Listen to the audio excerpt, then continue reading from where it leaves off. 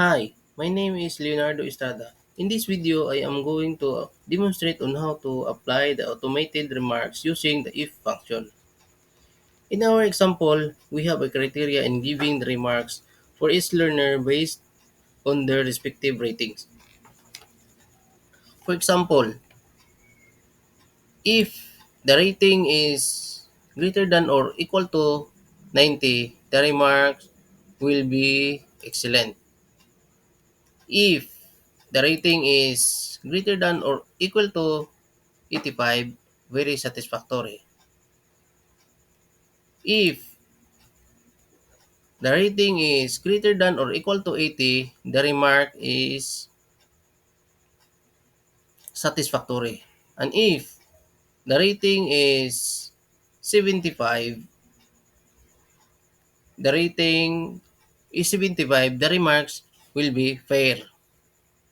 And if the rating is below 75 or less than 75, the remarks will be did not meet expectation. To apply these remarks, first select all the cells you want to apply the automated remarks using the if function. And in the formula bar, type the formula equals if open parentheses, then click your logical test or your criteria under the score B7 greater than or equal to 90, comma, double quotation mark, input your remarks, which is excellent. Excellent. Then, double quotation mark, comma. Next argument is, or the next criteria is, if, open parentheses, then your logical test, your reference cell is B2 again, greater than or equal to 85, comma, double quotation mark, then input your remarks, very satisfactory. Then followed by double quotation mark, comma, then your next criteria, if, open parentheses, the same cell B2 greater than or equal to 80, comma, then double quotation mark, input your remarks which is satisfactory.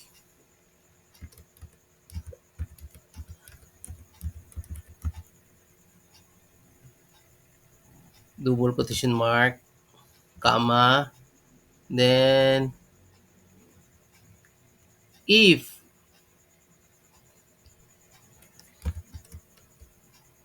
open quotation, open parentheses, then your reference cell B2 greater than or equal to 75, comma, your remarks will be fair. Then open double quotation mark, comma, then followed by the final argument which is less than 75. Just put a double quotation mark, then did not meet expectation. Then double quotation mark again.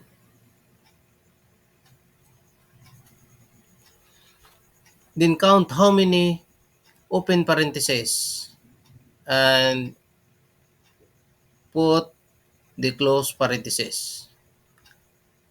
One, two, three, four. So you have to put four close parentheses.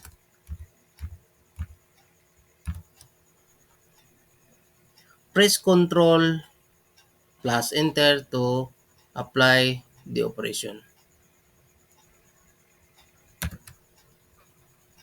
So that's it.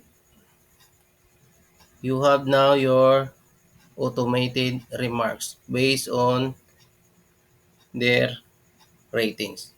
If you will change the ratings, the remarks will also change without manually inputting the remarks. Let's see. We'll make this 91. So this will become excellent.